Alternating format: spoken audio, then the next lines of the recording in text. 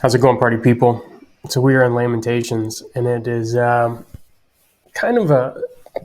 I have this thought as I'm going through Lamentations that it's very difficult if you are in a good place in your life to learn the lessons of a book of such sorrow and desperation. And it's a good reminder that at any point things can go south, that a lot of things in this world are taken for granted now. The level of security and confidence that we have in our situations has just never been higher. I just think when I was a kid and, just the level of stability and comfort that we have, especially if you're in America right now, is just unparalleled. And looking at how rough things were, I mean, things can turn around very quickly now in the world. And we can get relief from these symptoms. We can send food. We preserve food. There's not like the idea of famine is completely different now. The idea of clean water is like a bigger issue than food, which is just crazy. Like all these, it's just fascinating to me because it's hard sometimes when I read Lamentations to really grasp the suffering and the pain until I get to some verses about women boiling their, like how horrible of a situation does it have to be for somebody to boil their baby and eat it. And yet we're seeing that here. And so it's very difficult. And I remember even from my time in the military, being in places that were close to war zones. And I was Air Force. I wasn't ever like in war zones, like up close and personal. But in these places, like you do see outside the United States, war-torn areas, and it's a completely different feel. It's a completely different thing. And it's very hard to channel that when you're reading this if you haven't experienced anything like that. And most people in America today won't have experienced that. But it's a reminder to not take it for granted. I mean, anyway, so we're in chapter 5. So I'm going to actually go through and read this. Remember, O Lord, what has befallen us. Look and see our disgrace. So right in verse 1, remember. We're to remind God of his promises and our petitions to him, reminding God of what he's promised. That's what the prophets are doing. They're reminding the people. And this is twofold because it's reminding God. Does God really need reminding? Again, this is one of those things that we do, that we humbly remind God of his promises, and it's reminding us of God's promises as we do it.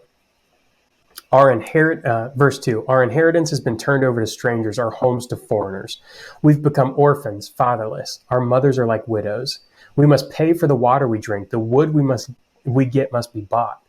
Our pursuers are at our necks. We are weary. We are given no rest. We have given the hand to Egypt and to Assyria to get bread enough. Our fathers sinned and are no more, and we bear their iniquities. So again, up until this point, it's talking about the consequences. But in verse 7, it's a petition. It's our fathers sinned and are no more. As in, we aren't the ones who did this. But again, when we're talking about nations and families, the blessings and curses, the blessings go on for a long, long time. The curses go on for, multiple generations as well. I will curse you to the third and fourth generation. It's a reality. It's something that we can see, and it even practically makes sense to us these days. We know that if people sin and turn away from God, that there's the potential for them to continue to sin in multiple generations, and it takes somebody very brave and strong to get their family, even a family, out of that pattern, much less a nation. So nations take much longer to turn around. But a modern day example of this are the race issues in America. When I grew up, I honestly felt like in our generation that race was made a very small deal, that we were taught race shouldn't matter. And now in America, we're seeing this like renewed interest in segregation and keeping white people out of things and making safe spaces for people of color, Black people, Hispanic, whatever it is. And I just think like that's what it reminds me of. Our fathers sinned and are no more, and we bear their iniquities. It's like all the people that initiated this whole slavery thing and everything, and even the people that initiated its downfall, the abolitionists and the people that wanted to do away with slavery, all those people are dead by now. And we're still dealing with these national sins, right? So it is a real thing. But how we frame the discussion around that has to be about reconciliation and redemption, not about the sin itself, or we just get stuck. So it's just a very interesting take here. When I read verse 7, I was like, man, that's crazy. And it goes into verse 8. Slaves rule over us. There's none to deliver us from their hand. We get our bread at the peril of our lives because of the sword in the wilderness. So it's still in the consequences. And there's none to deliver us from their hand. That's a pretty hopeless statement. Verse 10, our skin is as hot as an oven with the burning heat of famine. Women are raped in Zion, young women in the towns of Judah. Princes are hung up by their hands. No respect is shown to the elders. Young men are compelled to grind at the mill, and boys stagger under loads of wood. The old men have left the city gate, the young men their music. The joy of our hearts has ceased. Our dancing has been turned to mourning. So again, it's just this utter turning around. Jerusalem was this great city, this beacon of light at this point, just especially for the inhabitants. Like, everybody thinks that their city is decent, right? At best, or at worst, and they love their city at best. There's like a real draw to your place, your family, and all of that is being turned around here. In verse 16, the crown has fallen from our head. Woe to us, for we have sinned. For this our heart has become sick. For these things our eyes have grown dim. For Mount Zion, which lies desolate, jackals prowl over it. So I think it's interesting because in this book, I've pointed out that it's not really, Mount Zion is this idea. Zion itself is this idea of God's redeeming of all nations, all people, bringing them to Mount Zion and reconciling them all to him. This is saying it lies desolate.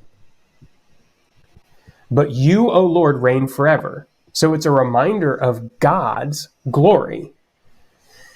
Your throne endures to all generations.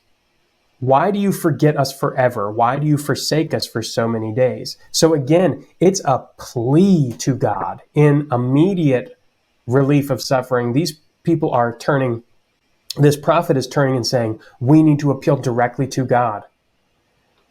And there are a lot of, again, I know I've said this and I might sound like a broken record, but Mount Zion is this idea of heaven and the afterlife, but they're not alluding to that. In immediate suffering, it's pointing time and time again in Lamentations that the first thing that you should do is turn to God.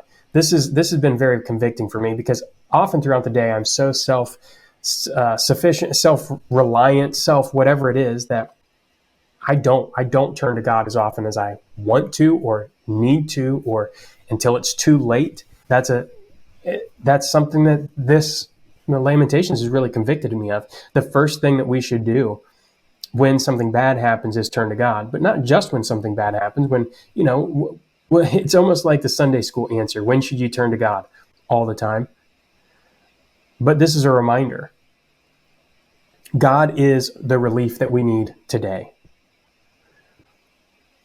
Restore us to yourself, O Lord, that we may be restored. Renew our days as of old, unless you have utterly rejected us and you remain exceedingly angry with us.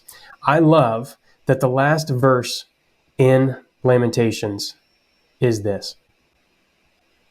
Unless you have utterly rejected us and you remain exceedingly angry with us. That's how the entire book of self-inflicted suffering ends, is just commending yourself to God's plan. This is something that's really been an interesting thing. I came to the realization years ago, and I think that what we think about heaven and hell really matters. I do, and I don't want to discount that.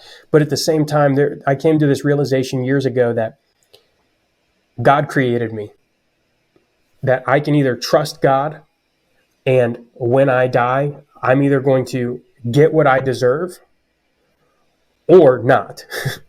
Like, I'm either going to be forgiven or not. And I can have faith. I can put my faith in Jesus Christ, and I can do my best before God every day.